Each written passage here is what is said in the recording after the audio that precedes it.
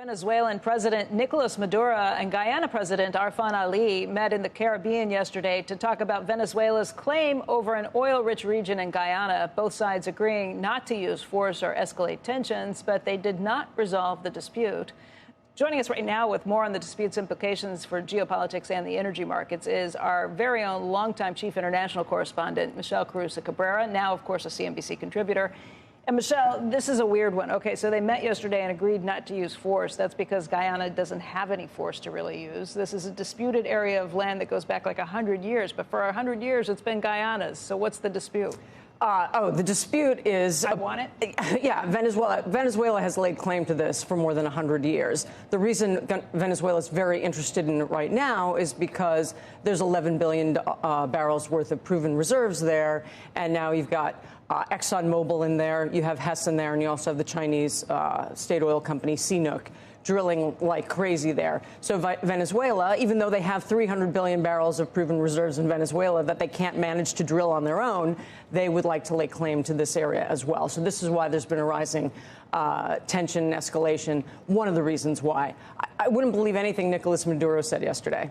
Yeah. Even though he promised that there wouldn't be he wouldn't use force or escalate the situation, he's proven to be a very untrustworthy negotiating partner, particularly with the United States. Back in October, the U.S. came to a deal with Venezuela saying, OK, if you promise to have free and fair elections, we will, in advance of that, we will ease sanctions. And that's what allowed Chevron to get a license, at least for 6 months, to go back in there and start resuming work. Within 2 weeks of that agreement, he outlawed the opposition candidate and said that the person couldn't run for office. So he's already backtracked on that deal to the point where, the Financial Times has written an editorial saying that the U.S. should reimpose the sanctions right away because he's so untrustworthy. It's an intractable situation. The sanctions haven't worked very well. This is a country that is in dire straits. Mm-hmm.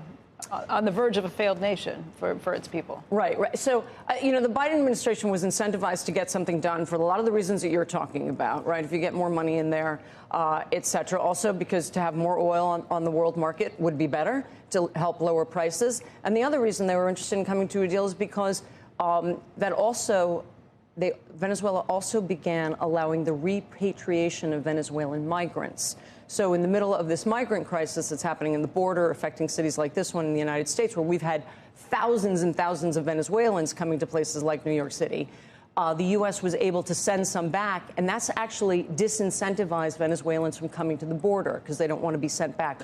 So Maduro's got a lot of leverage here. And this all plays into that. He can up the ante. He's not going to follow through on the promises about democracy. But now he's got this, I won't invade if you promise not to raise the sanctions, is what the analysis out of Washington is why he's doing this. Even Darren Woods, though, the CEO of ExxonMobil, has said that this is something you got to pay attention to. It may be more than just bluster. I would say it's definitely not a zero possibility that they invade. It's definitely a possibility. I wouldn't call it a high one for a couple of reasons. Again, this is likely a negotiating tactic to prevent the reimposition of sanctions. But there's also a physical geography that makes it difficult. The border between Guyana and Venezuela is extremely jungly, very dense, possible to move tanks through. People who are familiar with the area believe they'd have to go through Brazil. They'd have to go around, and Brazil does not want that. The president of Brazil, Lula, does not want that. They've dispatched the military to that area to try and prevent that and to show deterrence there. And the other reason why it's less likely to happen is Maduro doesn't have a single ally in the region that wants it to happen. His would-be allies, the more leftist leaders of Latin America, the leader of Mexico, the leader of Brazil, the leader of Colombia, all are theoretically aligned with him. Even Cuba does not want him to do this. Why? For a number of reasons, right? First of all, despite aligning with him, perhaps politically, they do believe in the sovereignty of countries, right, and the sanctity of borders, even though Brazil has been has equivocated a little bit on the situation in Ukraine. Don't put that aside. Guyana has historically been aligned with Cuba for a very long time and has often voted with them at the UN on various issues. So, this is not something that he will necessarily have support from the rest of Latin America, where Because he you're might taking normally... one of us on. Right, exactly.